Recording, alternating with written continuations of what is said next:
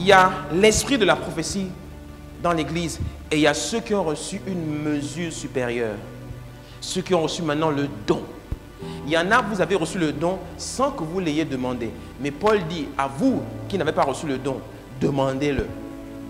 Demandez le don de prophétie. Pourquoi? Parce que le don de prophétie ne t'amène pas juste à prophétiser, mais t'amène à prophétiser maintenant avec une certaine autorité.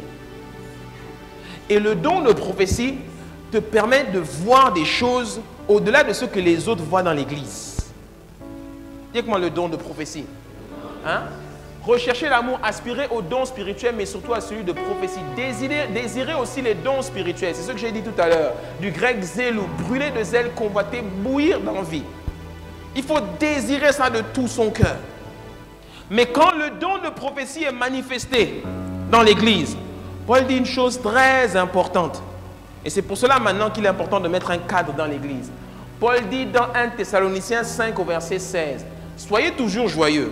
Priez sans cesse, rendez grâce en toutes choses, car c'est à votre égard la volonté de Dieu en Jésus-Christ. N'éteignez pas l'esprit, dites moi, n'éteignons pas l'esprit.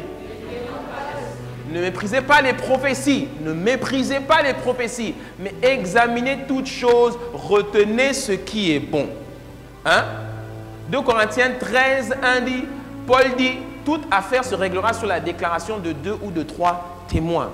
Quand le don de prophétie est donné à certaines personnes dans l'église et que ces personnes veulent exercer leur don prophétique pour le bien et l'édification de l'église, ils doivent devenir dans l'église ce qu'on appelle des voix autorisées.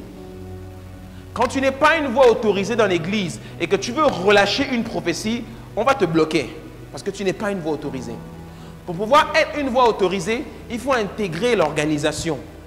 Par exemple, si le pasteur ou encore le berger a donné l'autorisation à l'intercession de l'église de lui remettre les prophéties qu'ils reçoivent de Dieu, ils sont des voix autorisées dans l'église. Mais quand toi tu es assis dans l'église, en plein culte, je suis en train de parler et puis tu viens m'interrompre, tu te lèves, le Seigneur dit. Ouh. Non mais il y en a, c'est des vrais comédiens. Il y en a, c'est Jackie Chan.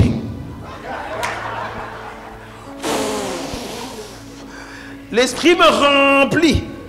Et il dit, non frère, laisse tomber. Assieds-toi. Assieds-toi. Le pasteur est en train de prêcher, quelqu'un se lève, il commence maintenant à tourner dans la salle.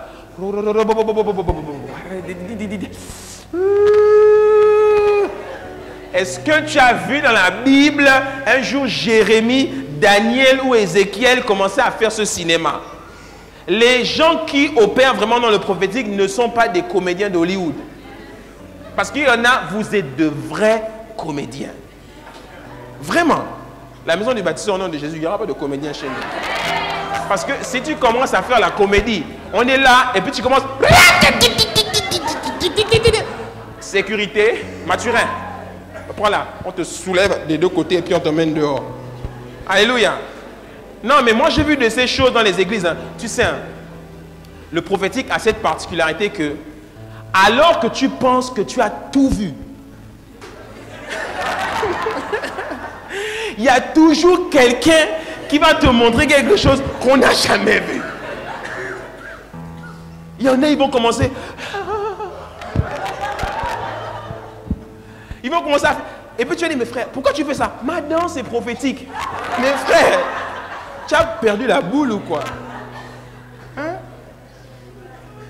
On t'a dit, chante avec les chants. C'est la louange. Tu es en train de chanter. Et au lieu de chanter, tu es maintenant saisi de l'esprit aussi. Alors que tu dois chanter.